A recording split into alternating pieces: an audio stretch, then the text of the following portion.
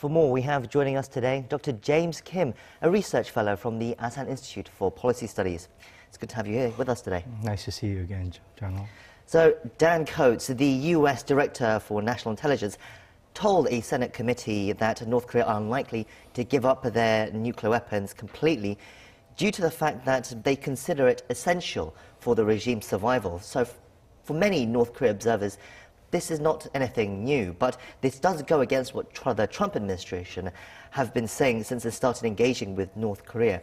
How significant is it that Coates has come out and said this statement against what Trump has previously said? Well, I'm not sure it's completely inconsistent. What Dan Coates and others in the intelligence community have been saying about North Korea in terms of denuclearization, with regards to denuclearization, is that it's based on an intelligence estimate. So the key word here is not whether North Korea will or will not, but I think the word that we need to focus on here is whether it is likely that North Korea will denuclearize.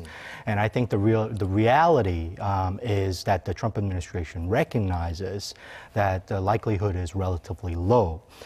With respect to Trump administration's position and whether the president's statement on this or Secretary of State Mike Pompeo's statement with regards to whether or not North Korea will denuclearize, I think it's largely driven by the diplomatic strategy to get North Korea to denuclearize. So I think it's important to separate the two. One is an intelligence estimate and the other is largely driven by diplomatic effort to try to get North Korea to denuclearize.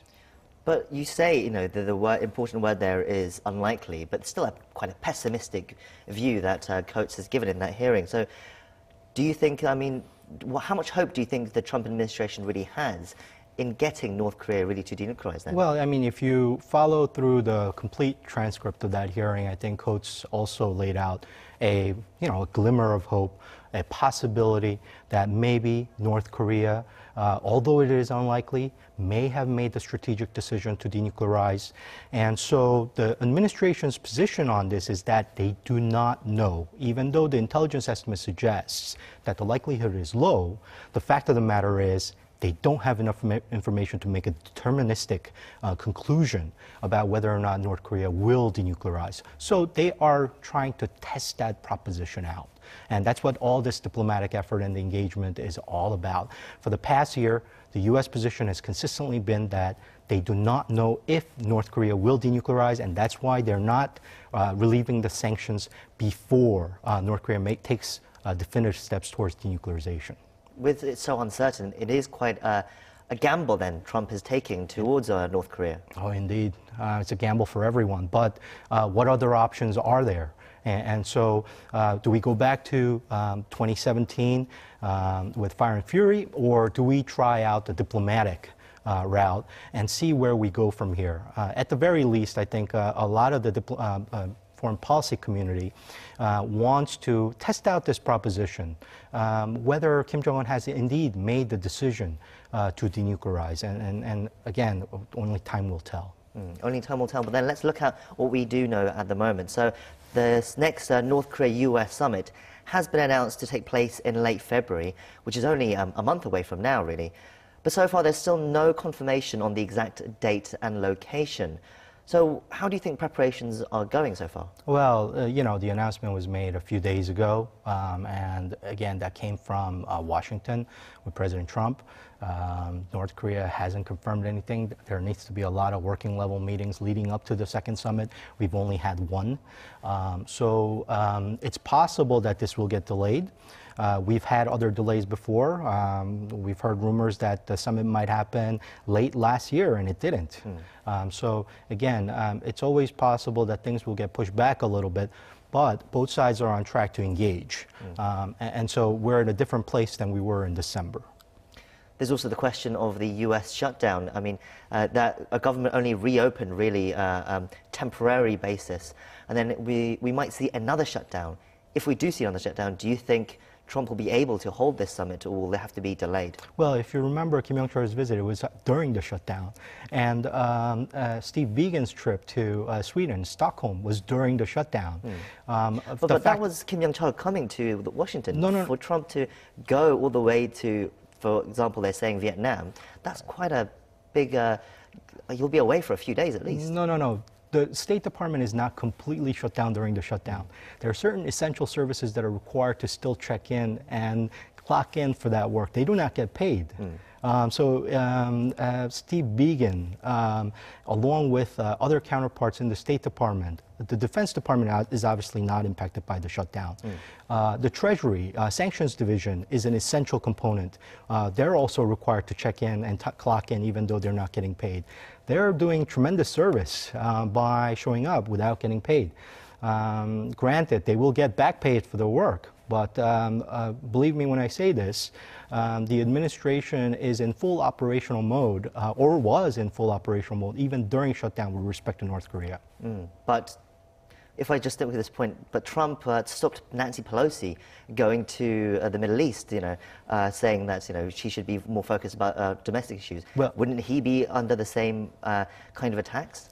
Well, Nancy Pelosi's trip to the Middle East is not an essential federal government business, but an ongoing negotiation with a rogue state where you might find a diplomatic solution to the current stalemate. Very important priority from a foreign policy standpoint. And all necessary components of the administration were in operational mode during that time. So let's assume that the summit is going to happen in late February, but that means that working level talks need to be ongoing and discussions for what they will agree during that summit. We're not sure how far along they are really, but the South Korea's intelligence chief told lawmakers on Tuesday that North Korea and the U.S. are now expected to start drafting the agreement that they'll try to reach in the summit. Do you think some sort of framework is in place? If we're going to have a summit at the end of February, as President Trump announced, indeed, that work should be underway at the moment, theoretically, but we do not have any confirmation from either Washington or Pyongyang that that is in fact what's going on. So until I hear it from the horse's mouth, I'm going to withhold any judgment about this. But you can rest assured that a lot of the working level meetings, or at least the posturing leading up to the next working level meetings, are going to be focused on these issues. The Washington Times reported that the Trump administration is preparing some sort of special economic package for Kim Jong-un in exchange for denuclearization. It's being described as a pot of gold to prove Kim that they are committed to providing economic cooperation once the nukes are gone. Do you really think that kind of, some sort of plan like that might be in place? Well, it's a very interesting idea. The Washington Times article referred to the potential of creating an escrow account that is managed by a third party, who essentially will look to see whether or not the agreement struck between U.S. and North Korea is being honored. And that escrow account can be managed in two different ways. You could either put the lump sum amount in the beginning and try to disperse piecemeal basis, depending on what kinds of steps North Korea takes towards denuclearization, as a form of a payment for each step that they take. But there's an issue there because you have a cash transfer, it's potentially in violation of the existing sanctions regime.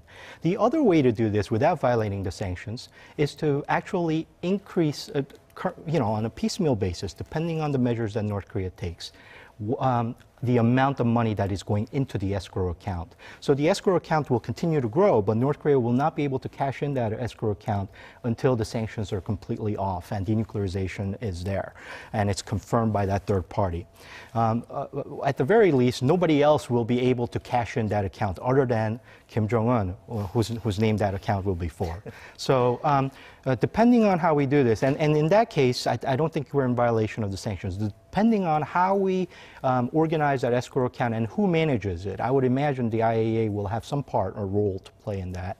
I think we have different challenges that we need to discuss, whether we have to engage in partial sanctions relief for this kind of an agreement, or whether or not we do some other agreement where North Korea is willing to accept an escrow account that they could cash in after sanctions relief has occurred with complete denuclearization. So this is different from previous, for example, monetary economic packages that have been given to North Korea for previous denuclearization deals? It is very creative because if you think about the second kind of arrangement I just talked about, you are keeping the sanctions regime in place. And you have a mechanism for looking to see whether or not both sides are keeping up with their end of the bargain with respect to that agreement. And it's a third party that judges that. And then there's a form of a payment, and you can see and measure how much each side will get as a result of, whatever measure that North Korea takes on denuclearization, and whatever amount that the U.S. and its allies are willing to put into that account. So if North Korea wants to do this on a piecemeal stage basis, the payments will also be in a piecemeal stage basis. So it satisfies a lot of the problems that we saw with these negotiations.